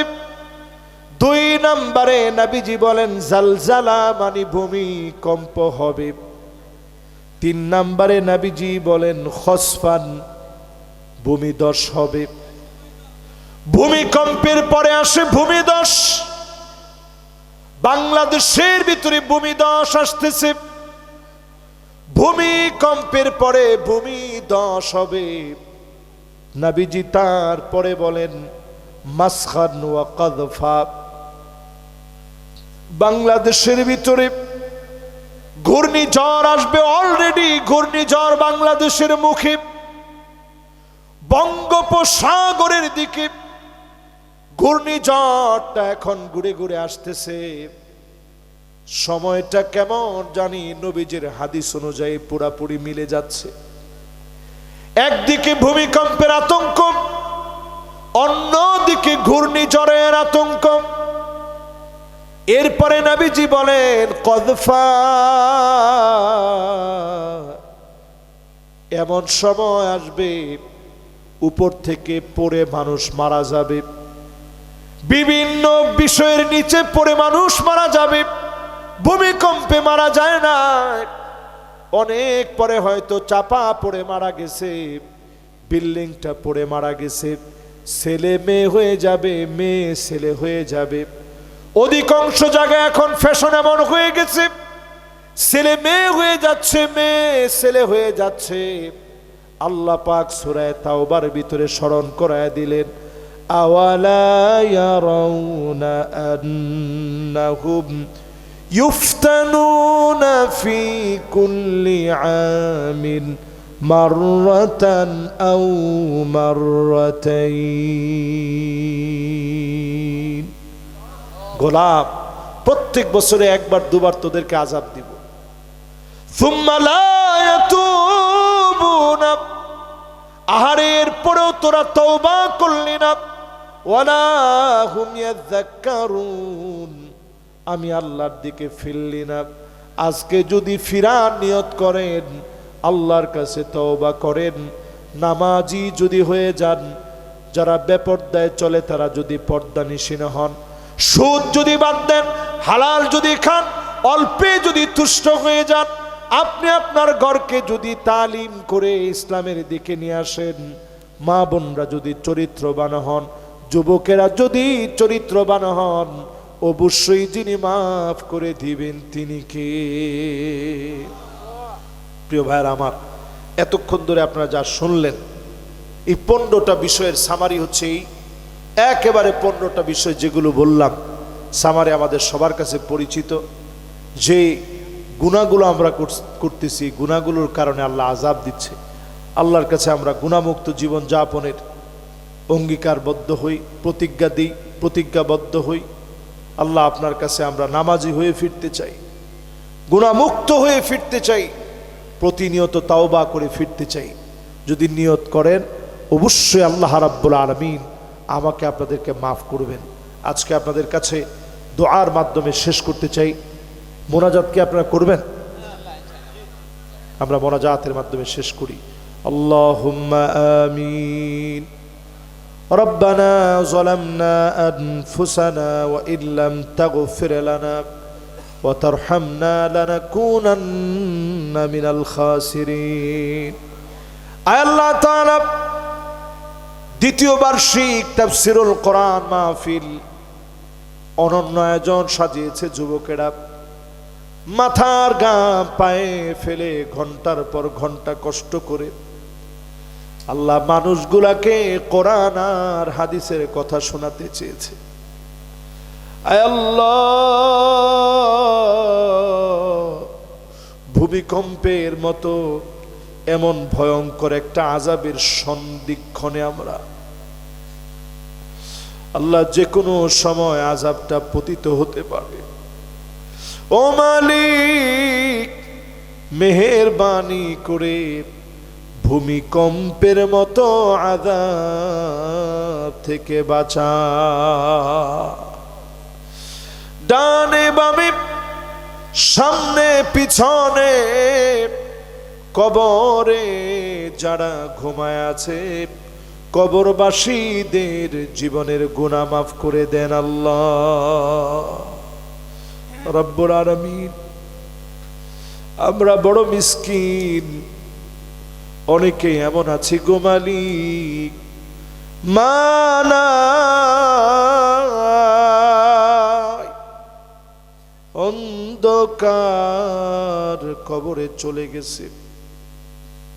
ও মালিক, মা যার নাই অন্ধকার কবরে চলে গেছে, মেহেরবানি করে মায়ের জীবনের গুনাহ মাফ করে দেন আল্লাহ মালিক। জানি কার কার না জানি আব্বানা। বাপের কথা মনে করে সন্তান হয়ে যারা হাত উঠিয়েছে, মেহেরবানি করে বাপরে মাফ করে দেন আল্লাহ। রব্বির হামহুমা কামা রব্বায়ানি সগীরা। মা বাপ যাদের হাতে আছে, মা বাপের সঙ্গে মাথা নিচু করে সুন্দর করে আচরণ করে আল্লাহ আপনার জান্নাত লাভের তৌফিক দিয়েন আল্লাহ। ইলাহাল আলামিন আকরামাল আকরামিন। ফিলিস্তিন কাঁদতেছে, আয় আল্লাহ সুদানে মুসলমানদের ক্ষুধা যন্ত্রণা লেগে গেছে। আয় আল্লাহ নতুন একটা দেশ বাংলাদেশকে তুমি যোগ করে দিও না, মেহেরবানি করে এদেশের সম্ভাবনার যে উকি মেরেছে কোরআনের রাজ জমিনে কায়েম করে দেন আল্লাহ। প্রান্তে প্রান্তে মুসলমানের পিঠ দেওয়ালে ঠেকে গেছে, 2 কোটি মুসলমান মার খাচ্ছে, 20 কোটি মুসলমানের খাবার নাই। ও আমার আল্লাহ মেহেরবানি করে অভুক্ত মুসলমানদেরকে খাবার দেন আল্লাহ।